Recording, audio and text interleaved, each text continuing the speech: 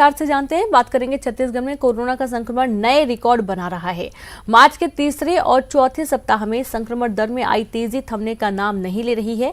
अप्रैल माह में हाल और बेहाल हैं। रविवार के दिन भी 10,000 से ज्यादा नए मरीज छत्तीसगढ़ में मिले हैं, तो वहीं 2,833 से अधिक मरीजों के साथ ही रायपुर पहले नंबर पर है।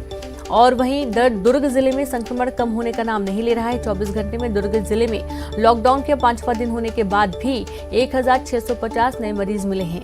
बात अगर राजनांदगांव और बिलासपुर जिले की जाए तो यहाँ पर भी संक्रमण की रफ्तार तेज है। रविवार को राजनांदगांव में 759 और बिलासपुर में 624 नए मामले सामने आए। वहीं बालोद, बेमेतरा, रायगढ़, कोरबा, बलौदाबाजार, जांजगीर जैसे जिलों में भी संक्रमण थमने का नाम नहीं ले रहा है। बीते 24 घंटे में प्रदेश भर में 10,521 नए मरीज मिले हैं। 24 घंटे में 82 लोगों की मौत हुई है, जबकि 24 घंटे में 5,707 लोगों ने कोरोना को मात दी है। एक्टिव मरीजों की संख्या बढ़कर 90,277 हो गई है।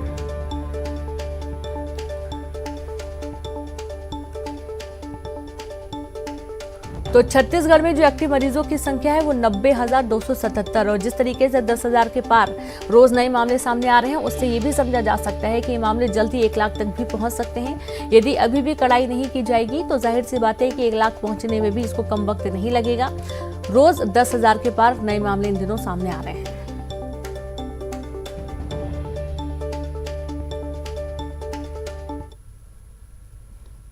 तो एक तरफ जहां कोरोना की रफ्तार बढ़ी हुई है, लॉकडाउन वाले जिलों की संख्या लगातार बढ़ती जा रही है। सबसे पहले रायपुर और दुर्ग में लॉकडाउन लगा, उसके बाद शनिवार को बालोद, बेमेतरा और राजनांदगांव में भी लॉकडाउन लागू किया गया। अब धमतरी, बलौदाबाजार, जशपुर और कोरिया में भी आज से लॉकडाउन लगेगा। वहीं कोरबा में आज से लॉकडाउन लगाया जाएगा, जबकि रायगढ़, बिलासपुर और महासमुंद में भी 14 अप्रैल से टोटल लॉकडाउन की घोषणा की गई है। कोरोना की दूसरी लहर को थामने के लिए इस बार पुलिस प्रशासन ज्यादा सख्ती बरत रहा है। गौरतलब है कि अभी तक छत्तीसगढ़ के कुल 29 जिलों में से 13 जिलों में लॉकडाउन लग गया है, और जिन जिलों में अभी तक लॉकडाउन की घोषणा की गई है उनमें रायपुर, दुर्ग, राजनांदगांव, बालोद, बेमेतरा, जशपुर, कोरिया, बलौदाबाजार, कोरबा, धमतरी, रायगढ़, महासमुंद और बिलासपुर शामिल हैं। जबकि कोरबा, जांजगीर, गरियाबंद, अंबिकापुर में लॉकडाउन की तैयारी चल रही है।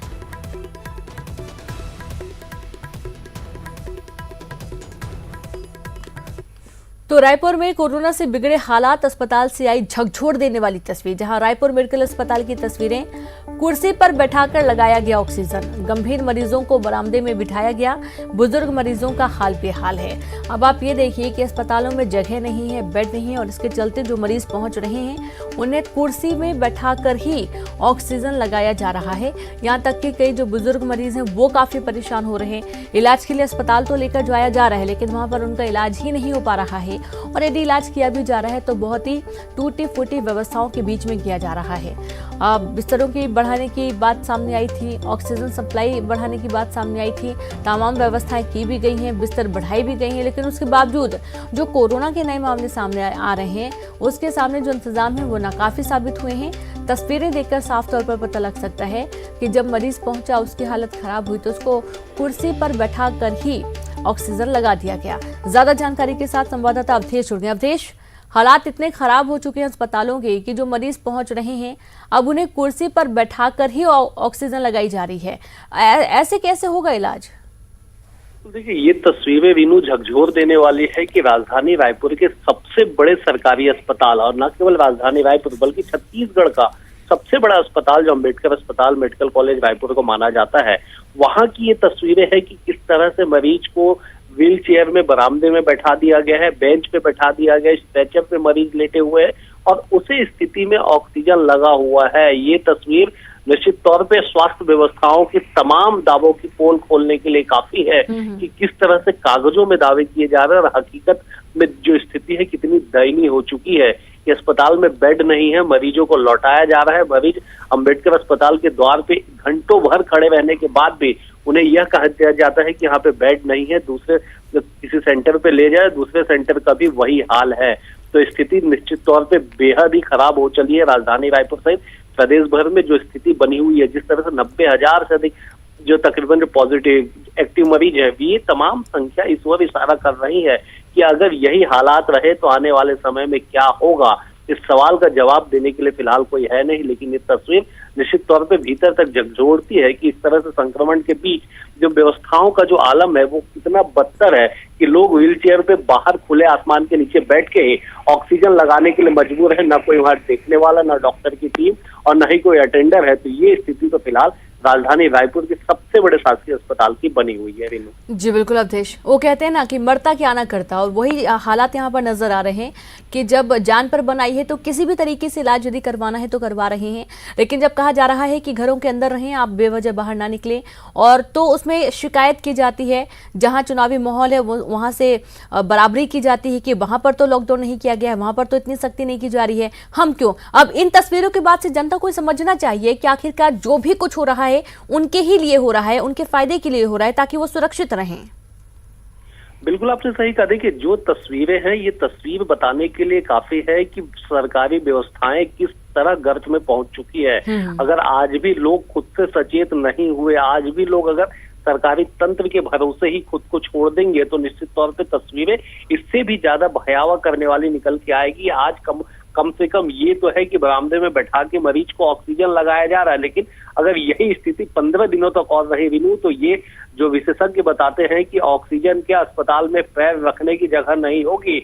और पिछले सीजन में जिस तरह से कुछ तस्वीरें विदेशों से निकल के आई थी कि लोग सड़कों पे ही रह के मजबूर से सड़कों पे पड़े रहने के लिए, तो कमोबेश वो स्थिति न बन जाए, इसलिए आज भी कम से कम लोगों को न्यूज 18 इसीलिए ये तस्वीर रीनू अपने दर्शकों को दिखा रही है कि आज भी हम सजग हो जाएं, लापरवाही को बिल्कुल छोड़ दें और बेवजह घरों से बिल्कुल बाहर ना निकले, क्योंकि अगर हम बाहर निकलेंगे तो निश्चित तौर पे जो लॉकडाउन है उसका कुछ असर होगा नहीं, संक्रमण के जो चेन है वो टूटेगा नहीं। तो इस तरह की तस्वीरें बिल्कुल आएगी। भले ये तस्वीर भीतर तक झकझोरती है, लेकिन ये तस्वीर संदेश देने के लिए बहुत जरूरी है कि आज अगर ये स्थिति है तो कल क्या स्थिति होगी। इसलिए आज भी लापरवाही जिस तरह से सड़कों पे देखने को मिल रही है, ये तस्वीर वो तमाम लोग देखेंगे तो संभवतः कुछ लापरवाहियों में कमी आएगी, क्योंकि सरकारी अमला, सरकारी व्यवस्था पूरी तरह से चरमरा चुका है। अब हमको खुद के भरोसे ही अपने आप को सुरक्षित करके ही घरों में रखना होगा। जी बिल्कुल, क्योंकि एक वक्त ऐसा भी आ सकता है जब शायद अस्पताल प्रबंधन भी कुछ ना कर पाए, डॉक्टर्स भी कुछ ना कर पाए, और वो यदि वक्त आएगा तो बहुत ही भयावह वो स्थिति बनेगी। बहुत शुक्रिया आपका अवधेश तमाम जानकारी के लिए। तो ये तस्वीरें न्यूज 18 आपको इसलिए बार बार दिखा रहा है ताकि आप इस तस्वीर की बात ये समझ जाएं कि अस्पतालों में जब जगह ही नहीं रहेगी, डॉक्टर्स भी सीमित संख्या में हैं, कर्मचारी भी सीमित संख्या में हैं, इलाज ही नहीं हो पाएगा, तो फिर कैसे आप अपनी जान बचा पाएंगे। और इसीलिए बार बार कहा जा रहा है कि कोरोना गाइडलाइंस, मास्क और सैनिटाइजर ये बहुत जरूरी है कोरोना से बचने के लिए। और दुर्ग से बड़ी खबर है, जहां पशुओं से भरा वाहन खड़े ट्रक से टकरा गया। 31 बैल और 8 बछड़ों की मौत हो गई है। बहुत ही दुखद खबर। 2 बैल और 21 बछड़ों को भेजा गया कांजी हाउस। लिटिया सिमरिया चौकी के पास की घटना है। आरोपी ड्राइवर को पुलिस ने पकड़ लिया है। ये टक्कर कैसे हुई है जिसमें इतना बड़ा नुकसान भी हुआ है, जान चली गई है बेजुबानों की।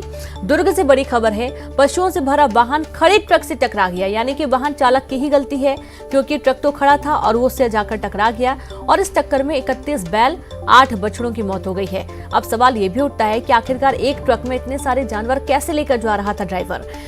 2 बैल और 21 बछड़ों को कांजी हाउस भेजा गया है। लिटिया सिमरिया चौकी के पास की यह पूरी घटना है। आरोपी ड्राइवर को पुलिस ने पकड़ लिया है, पूछताछ की जा रही है। अब ये जो बैल जा रहे थे जिनकी मौत हुई है, जाहिर सी बात है कि एक बड़ा नुकसान जिसके भी ये जानवर होंगे उनको तो होगा ही, लेकिन कहीं ना कहीं पशु क्रूरता के तौर पर भी इसको देखा जा रहा है। ज्यादा जानकारी के साथ संवाददाता मिथिलेश, सबसे पहले तो बड़ा सवाल ये है कि एक ट्रक में इतनी बड़ी संख्या में बैल और बछड़े कैसे आ गए, कैसे भर के लेके जा रहे थे, और दूसरा सवाल ये है कि हादसा हुआ कैसे। जी रीनू, मैं बताना चाहूंगा कि ये पूरा हादसा जो है लिटिया सिमरिया चौकी के नजदीक में हुआ है, जब ड्राइवर पशुओं को भर कर ले जा रहा था और एकदम से पुलिस की पेट्रोलिंग पार्टी वहां पे निकल रही थी। उनको देख के वो हड़बड़ा गया और उसके बाद में जो खड़े ट्रक से वहां पे जाके टकरा गया। इस तरह से पशुओं को भर के रखा गया था कि अंदाजा लगा सकते हैं कि जब 33 बैल और 21 बछड़े रखे हुए थे, वहां पर एकदम उनको ठूस ठूस कर रखा गया था, जिसमें कई बच्चे मरे हुए मिले और कई जिंदा मिले। जब पूछताछ में ये बात सामने आई है कि वो कत्ल खाने इनको ले जाया जा रहा था, हड़बड़ा जाने के कारण वो वहां उनसे खड़े ट्रक से टकरा गया। तो अभी फिलहाल जो है पूरे मामले में पूछताछ की जा रही है, आरोपी को गिरफ्तार किया गया है और पशु क्रूरता अधिनियम के तहत में कार्रवाई की जा रही है। जानकारी ये मिली है कि इनको कत्ल खाने ले जाया जा रहा था। जी बिल्कुल मिथिलेश, शुक्रिया आपका जानकारी के लिए। तो अब इस पूरे मामले में जांच भी हो रही है और जाहिर सी बात है कि इतनी ठूस कर जब बैलों और बछड़ों को भरा जाएगा तो जाहिर सी बात है कि उसमें भी बछड़ों की मौत की जानकारी है। अब पूरे मामले की जांच हो रही है कि आखिरकार इतनी बड़ी संख्या में एक ही ट्रक में लाद कर क्यों लिया जा रहा था। पशु क्रूरता अधिनियम के तहत भी इस पूरे मामले की कार्रवाई पुलिस कर रही है। ब्रेक के बाद एक बार फिर से आप सभी का स्वागत है। छत्तीसगढ़ में कोरोना का संक्रमण काफी तेजी से फैल रहा है। अस्पतालों में स्टाफ की कमी के साथ साथ संसाधनों की भी कमी है। ऑक्सीजन युक्त बिस्तर, ऑक्सीजन की कमी के साथ ही साथ पर्याप्त स्टाफ विभाग के पास नहीं है। खुद स्वास्थ्य मंत्री भी इन बातों को स्वीकार कर रहे हैं। साथ ही विभाग ने मुख्यमंत्री को पत्र लिखकर 60 करोड़ रुपए की राशि का प्रस्ताव भेजा है, जिससे कोविड महामारी के दौर में संसाधनों की कमी को पूरा किया जा सके। वहीं इस महामारी के संक्रमण के बाद मौत के आंकड़े भी बढ़ गए हैं, जिसकी वजह से यह भी माना जा रहा है कि संक्रमित लोग देरी से अस्पताल पहुंच रहे हैं।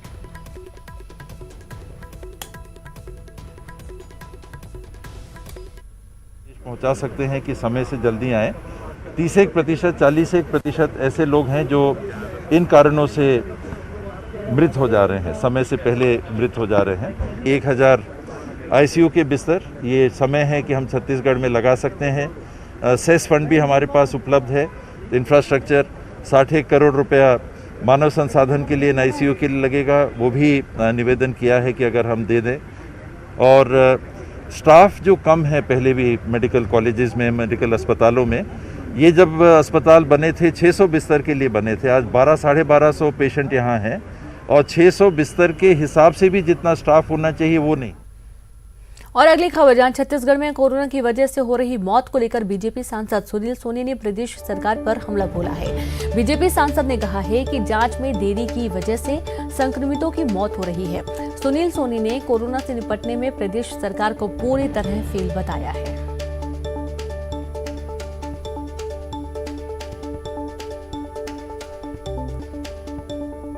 कोरोना से बिगड़ते हालात के बीच केंद्रीय टीम छत्तीसगढ़ के दौरे पे है। केंद्रीय टीम के प्रमुख ने रायपुर के सांसद सुनील सोनी से मुलाकात कर लंबी और विस्तार से चर्चा की। हमारे साथ चर्चा करने के लिए रायपुर सांसद सुनील सोनी हैं। सर, केंद्रीय टीम के प्रमुख ने आपसे मुलाकात की, क्या स्थिति है, उनकी रिपोर्ट क्या कहती है? देखिए, परसों जो रायपुर जिले को देख रहे हैं डॉक्टर निशांत, उनसे रात के मुलाकात हुई थी। कल केंद्र सरकार के जॉइंट सेक्रेटरी हैं तबका जी, वो आए थे और उनसे बहुत लंबी चर्चा हुई है। और वो टीम 11 टीम बनाए हैं, 11 जिलों के अंदर में टीम काम कर रही है। स्वयं जो है वो तबका जी अभी तक के 5 जिले जा चुके थे कल तक। आज 2 जिले का उनका दौरा है। तो ये वहाँ पर 4 चीज़ें देख रहे हैं। एक, वहाँ के कलेक्टर से बात, अधिकारियों से बात, सीएमएचओ से बात, हेल्थ वर्कर से बात, और वहाँ पे कितना कोरोना फैला है, कितनी टेस्टिंग हुई है, कितनी मृत्यु हुई है, और फिर फील्ड में जाकर कि उस घर के अंदर में जहाँ मृत्यु हुई है उनसे बातचीत कर रहे हैं कि मृत्यु का कारण क्या है। तो कुल मिलाकर एक चीज़ आई है जो महत्वपूर्ण है कि आज टेस्टिंग करवाना चाहिए और सरकार को हम भी सहयोग करेंगे। जितने निकलते हैं निकले, संख्या बढ़ रही है, हम आलोचना नहीं करेंगे। अधिक टेस्टिंग होगी, अधिक संख्या निकलेगी, लेकिन एक बार छटनी हो जाएगी। लेकिन इसके साथ में सबसे बड़ी बात यह है कि वो टेस्टिंग रिपोर्ट जो है वो हर हालत में उसी दिन 9 घंटे के अंदर में आए। होता यह है कि 2 दिन, 3 दिन, 4 दिन, 5 दिन में टेस्टिंग का रिपोर्ट ना आने के कारण मरीज गंभीर हो रहा है।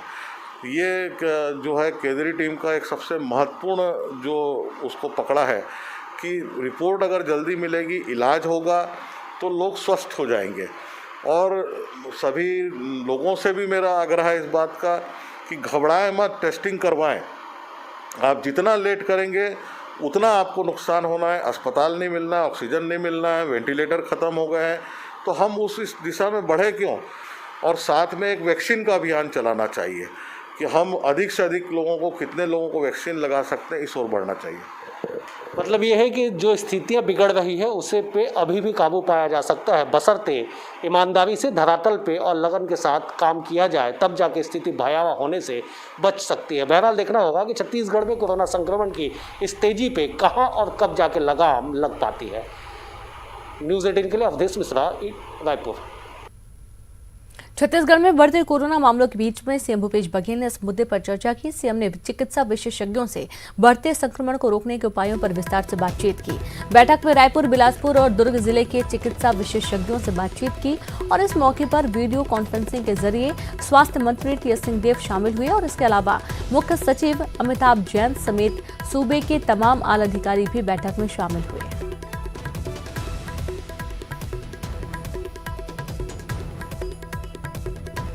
तो चिकित्सा विशेषज्ञों से मुख्यमंत्री भूपेश बघेल ने बातचीत की है और ये बातचीत काफ़ी अहम है क्योंकि जिस तरीके से लगातार संक्रमण फैल रहा है, इस पर किस तरीके से रोक लगाई जा सकती है, इसको लेकर मंथन हुआ है। तो वहीं छत्तीसगढ़ में रेमडेसिविर दवा की कमी ना हो, इसके लिए भी सीएम भूपेश बघेल ने मुख्य सचिव को निर्देशित किया है कि दवा का उत्पादन करने वाली कंपनियों से बातचीत की जाए। सीएम ने वरिष्ठ अधिकारियों को इस संबंध में बातचीत करने के लिए हैदराबाद और महाराष्ट्र भेजने के निर्देश दिए और इस बात की जानकारी सीएम भूपेश बघेल ने ट्वीट करके दी है।